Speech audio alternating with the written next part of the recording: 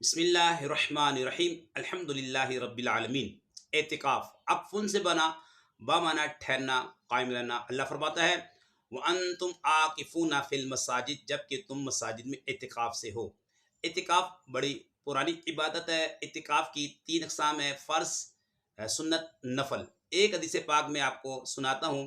ان عائشہ ان النبی صلی اللہ علیہ وآلہ وسلم کانا یعتکف العشر الاواخر من رمضان حتی توفاہ اللہ ثم اعتکف ازواجہ من بعدہ۔